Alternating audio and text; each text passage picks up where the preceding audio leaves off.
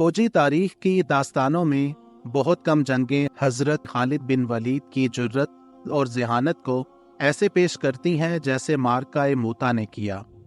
یہ کہانی ہے کم تعداد میں سپاہیوں کی، سلطنتوں کے ٹکراؤ کی اور بے مثال شجاعت کی۔ سال تھا 629 عیسوی۔ مسلم فوج صرف 3000 فوجیوں کے ساتھ بیزنطینی فوج کا سامنا کر رہی تھی، جس کی تعداد 100,000 سے زائد اندازہ کی گئی تھی۔ حالات سخت مشکل تھے، داؤ پر بہت کچھ لگا ہوا تھا۔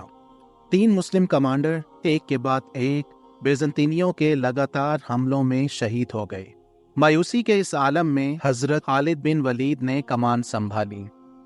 اپنے 3 سرداروں کی موت کے بعد مسلم فوج نے خالد کی طرف دیکھا، ان کی آخری امید کے طور پر، اور انہوں نے اس موقع پر ایک جرأت مندانہ اور زبردست منصوبہ بنایا۔ رات کے اندھیرے میں حضرت خالد نے ایک ماہرانہ حکمت عملی کی مشق کی۔ انہوں نے اپنے دستوں کو دوبارہ ترتیب دیا، انہیں ایسے حرکت میں لائے کہ نئی تقویت سامنے آئی۔ فجر کے وقت بیزنطینیوں کا سامنا ایک تازہ دم فوج سے ہوا۔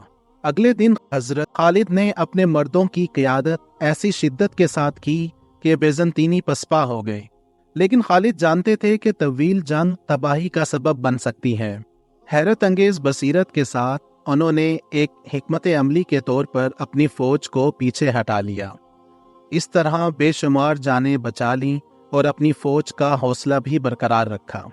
یہ جنگ فتح یا شکست کی نہیں، بلکہ حضرت خالد کی ناقابل شکست روح، ان کی ذہانت، حکمت عملی اور سب سے بڑھ کر ان کے اٹل شجاعت کی گواہی دیتی ہے۔ حضرت خالد بن ولید نے بھاری مشکلات کے سامنے ایک یقینی شکست کو فتح میں تبدیل کر دیا۔ معرکہ موتا حضرت خالد بن ولید کی داستان کا ایک جوشیلا باب رہے گا۔ یہ ہمیں سکھاتا ہے کہ سچی شجاعت صرف جنگیں جیتنے کو نہیں کہتے، بلکہ دباؤ میں مشکل فیصلے کرنے، اپنے لوگوں کو حوصلہ دینے اور ایک ناقابل تسخیر عزم کے ساتھ بھاری مشکلات کا سامنا کرنے کو کہتے ہیں۔ تاریخ کی مزید حوصلہ افزا کہانیوں کے لیے لائک، شیئر اور سبسکرائب کرنا نہ بھولیں۔